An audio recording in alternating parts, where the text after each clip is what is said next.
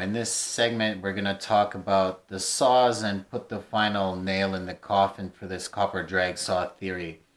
We left off where David was swinging like a baboon off the idea that basalt is somehow easier to work than granite, which of course is not true. Basalt is much stronger than granite in every way, and especially when we're talking about manual applications like copper drag saws. So let's continue here and get through this. It's easier to cut. This is not to say that I think Moore's estimate is correct, but the argument that cutting basalt would take longer than cutting granite is just not true. The fun doesn't stop here either, because we do have some indication of just how long it takes to cut granite using a drag saw. Experimental archaeologist Dennis Stocks, who I've mentioned on this channel in my previous videos on tubular drills, has experimented with human-powered copper saws using sand to grind through granite. Although I do think that Mr. Stocks does ignore modern diamond. So we're just going to get right into the specs of Stock's experiments. He was 14 times slower than the modern frame saw, which is expected. And this part is really important, and we're going to jump into it right now and talk a little bit more in detail. Hand-powered saws advance more slowly into the stone over longer cuts than shorter cuts. Why that is, I'll explain. That works for modern saws as well. So a project came to mind when I was thinking about this. We were using one of these units. It's a typical wet saw DeWalt. I think we were using this exact one, 10-inch blade.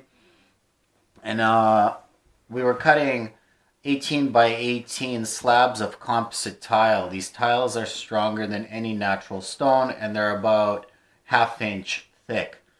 I remember we timed the feed rate because we were cutting so many of those tiles. We were bored and we're like, let's time it. So I was going through something like, if I remember correctly, 3.5 to 4 minutes per cut, so per tile.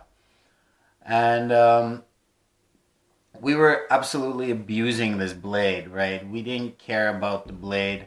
We were pressing down so hard on these tiles that the water would be flying into the groove and sparks still would be coming out of there, right? The tile was just heating up. It was too hot. The water couldn't even cool it. Of course, you don't want to do that typically with blades. You always want to have it wet, and we were doing that. But sometimes you're just trying to get through the workday, and you're pressing on it, and you bite on the tile. The engine revs up. The machine grabs more amperage, and we actually were putting out breakers that day. In the basement of this high-rise, we would literally turn the lights out because we were abusing these blades.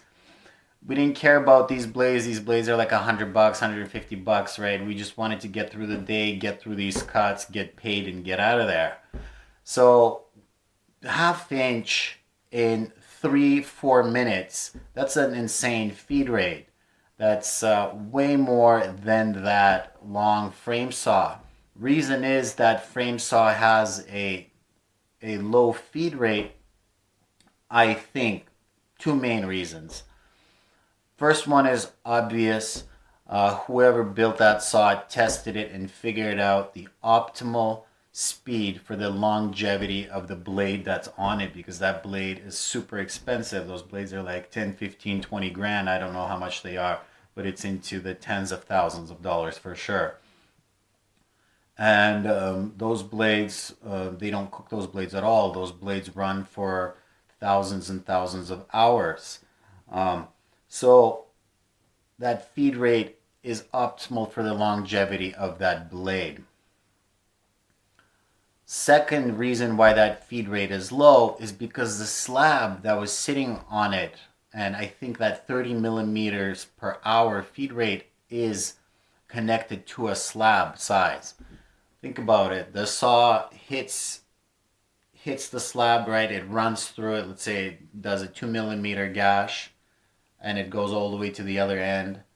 And now this 2 millimeter gash right here is just sitting there drinking water for 5 minutes, waiting for that saw to come back and hit it again.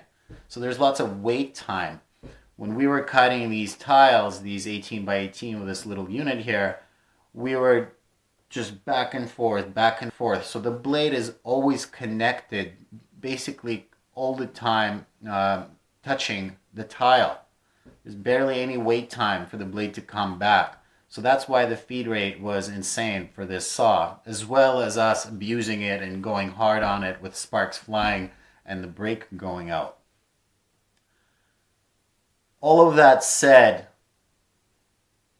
my final conclusion with these water saws and the frame saw is that the frame saw was obviously designed by somebody intelligent. It's an intelligent design, modern intelligent design. It's a design that is sustainable. You don't burn through those blades. That saw, you buy it one time, right, for $250,000, whatever it's worth, and it makes you hundreds of thousands of dollars as years tick by. You do a little bit of maintenance. So that saw is smart. And the blades don't burn. This is not sustainable. Half a kg of material every 14 hours. So in 28 working days, if you're doing 14-hour shifts, you lost half that saw, 7 kilograms out of a 14 kg saw. 28 days, 14-hour shifts, that saw is gone. It's garbage. That's a piece of equipment. This community, David and his buddies, they love to say the Egyptians weren't primitive. They weren't dumb like you want them to believe. They knew pi, phi, they did math, they were highly organized. Well, why are they wrecking equipment? Just tossing it every month. This right here, this slab that we discussed, would take way more than 14 days. It would take more than a month with the copper drag saw. You're doing 14-hour shifts for 28 days, and I bet you wouldn't get through this slab. So what we're talking here is one saw per one cut. We're not even talking about one block. We're talking about one saw per one cut on this basalt stone right here. Right? The GP has millions of stones with some 6 million tons of stones. We're talking about 8,000 tons of granite alone in the GP. Who knows how much granite was shaped and cut by this race that is still buried or scattered in the statues. They were pulling out 1,000-ton pieces of granite out of the ground, right? So these copper drag saws are out. There was too much cutting and you're just using too much material and they're not efficient. This is not an efficient way to cut stone if you're tossing equipment after a single cut. And yes, basalt is harder to work than granite, and I'll show you why. See this? Now, David and the archaeological community should kick and scream and tell everybody dynastic period did not do this.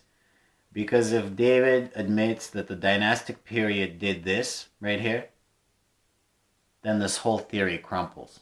Okay? We're just going to pretend that it wasn't the dynastic period that did this, but somebody in the 1960s.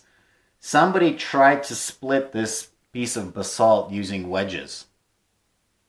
I could have told them halfway through this project that they weren't going to do it. Basalt is way stronger than granite. It behaves totally different than granite.